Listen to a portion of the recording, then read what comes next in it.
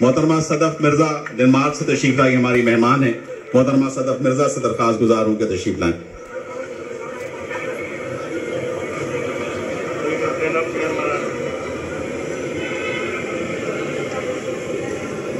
بلا تاخیر بلا تمہید ایک قطعہ پیش کرتی ہوں.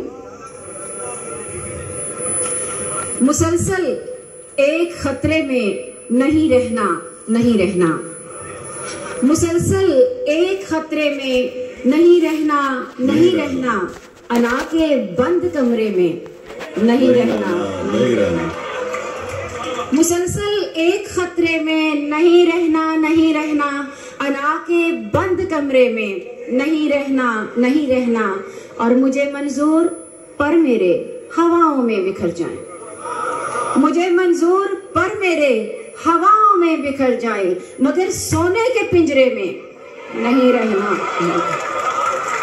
مجھے منظور پر میرے ہواؤں میں بکھر جائیں، مگر سونے کے پنجرے میں نہیں رہنا نہیں رہنا. چند اشعار پیش کر کے اجازت چاہتی ہوں. احتجاج ایک عظیم رستہ ہے، احتجاج ایک عظیم رستہ ہے، کوئی کم ظرف حوصلہ نہ کرے. احتجاج ایک عظیم رستہ ہے، کوئی کم ظرف حوصلہ نہ کرے، اور جس نے رشتے بچا کے رکھنے ہوں، جس نے رشتے بچا کے رکھنے ہوں، وہ رویوں کا تجزیہ نہ کرے. جس نے رشتے بچا کے رکھنے ہوں وہ رویوں کا تجزیہ نہ کرے.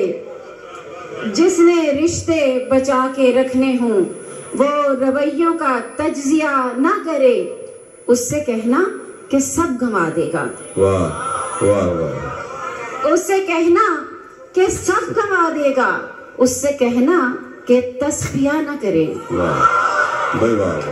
اس سے کہنا کہ سب گنوا دے گا، اس سے کہنا کہ تصفیہ نہ کرے. اس سے کہنا کہ سب گنوا دے گا، اس سے دیکھ بھی لے تو تذکرہ نہ کرے. اور آخری شعر پیش کرتی ہوں. جی عطا. یا نہ دل میں چھپائے وہ رنجش، یا نہ دل میں چھپائے وہ رنجش، یا نگاہوں کو آئینہ نہ کرے. یہ تھی محترمہ صدف مرزا ڈنمارک سے تشریف لائی ہماری مہمان. ہمارے آج کے صاحب صدر افتخار عارف صاحب آگے ہیں اور میں